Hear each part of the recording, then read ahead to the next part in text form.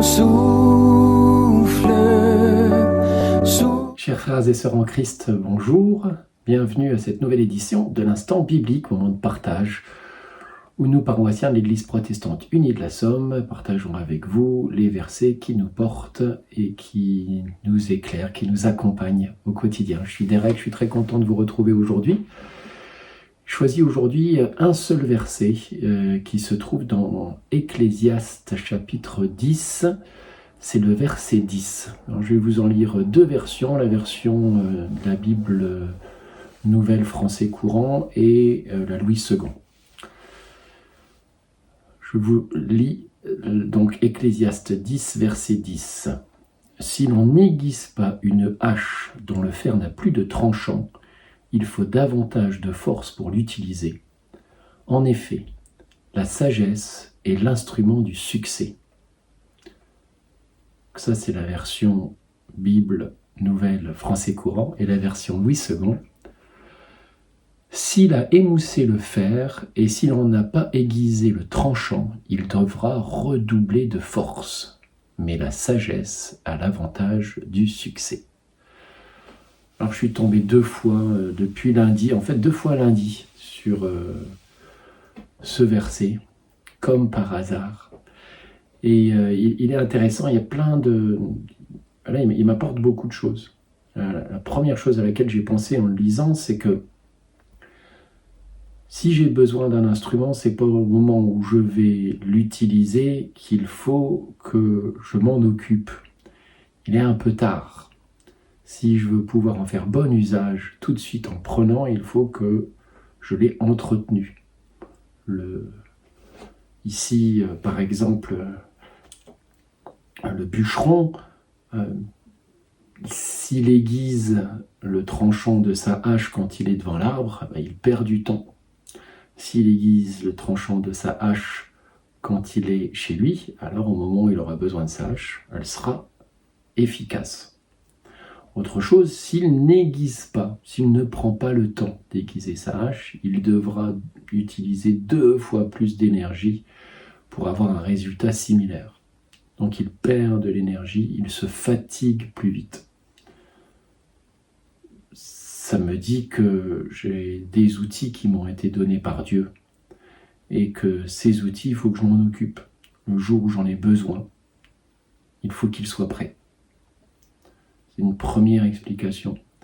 La deuxième pourrait être aussi que, parce qu'en fait la conclusion c'est la sagesse est l'instrument du succès. Et qui a cette sagesse? Qui nous offre cet instrument? C'est Dieu. Donc Dieu peut faire d'une hache au tranchant émoussé, en redoublant de puissance, un instrument qui fonctionne. Ou Dieu peut également me donner les moyens d'aiguiser le tranchant pour qu'il soit plus efficace. Mais là, cette sagesse, ce qui est l'instrument du succès, on va dire quelque part que ça pourrait être aussi, si on s'inspire de la parole, c'est-à-dire que ça ne va pas être mon intellect, ça ne va pas être mes connaissances, ça ne va pas être mes compétences qui vont faire que je m'approche de Dieu et que je suis sur le chemin. C'est la sagesse que je reçois de lui qui fait que je suis sur le chemin. C'est quelque chose de contre-intuitif en fait.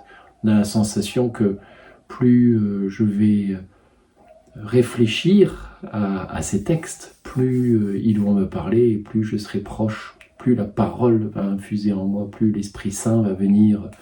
En fait, c'est pas ça. C'est je reçois de Dieu cette sagesse, et c'est donc dans cette capacité à recevoir qu'il faut que je me mette, plutôt que de dire est-ce que je dois faire un effort. En fait, Dieu ne me demande pas d'être dans le combat. Dieu ne me demande pas de faire un effort tous les matins. Ce qu'il me demande, c'est d'être en capacité de réception de tout ça, de mettre mon ego de côté, de mettre mes compétences de côté, de mettre mes connaissances, mon cerveau, et m'ouvrir à lui. Parce que c'est cette sagesse qui est l'instrument du succès. Mais la sagesse a l'avantage du succès et l'instrument du succès. Voilà ce que c'est ce verset me dit aujourd'hui en le lisant, sachant encore une fois qu'il est venu 2 fois à moi. Alors qu'est-ce que ça veut dire aussi? Est-ce que ça veut peut-être dire, si je reviens sur le bûcheron qui n'aiguise pas sa hache, qu'il y a une partie de mon action qui est dans l'anticipation, qui est dans un travail quotidien pour que mes outils soient toujours prêts et que au moment où Dieu a besoin de moi, que je sois son instrument dans les meilleures conditions possibles. Voilà. Prions ensemble.